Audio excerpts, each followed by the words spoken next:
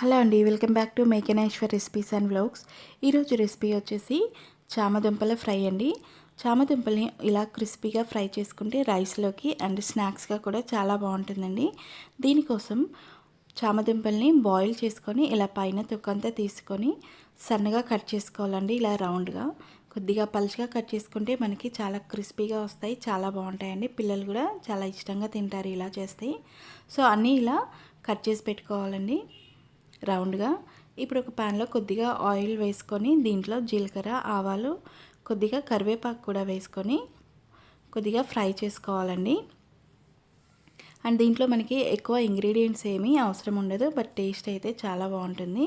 And దీంట్లో కొద్దిగా పసుపు కూడా యాడ్ చేసుకొని మనం ముందుగా కట్ చేసి పెట్టుకున్న చామదుంపలను కూడా వేసుకొని మీడియం ఫ్లేమ్లో పెట్టుకొని మనకి క్రిస్పీగా అయ్యే వరకు ఫ్రై చేసుకోవాలండి. కొద్దిగా సాల్ట్ యాడ్ చేసుకొని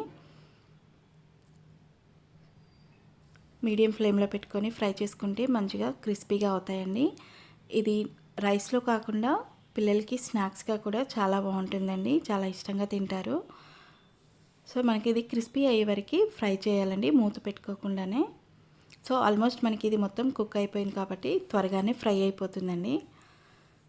సో ఇలా లైట్ బ్రౌన్ కలర్ వచ్చే వరకు ఫ్రై చేసుకుంటే చాలా టేస్టీగా ఉంటుంది. అండ్ దీంట్లో కొద్దిగా కారం, కొద్దిగా ధనియాల పొడి కూడా వేసుకొని తీసుకుంటే మనకి రెడీ అయిపోతుందండి.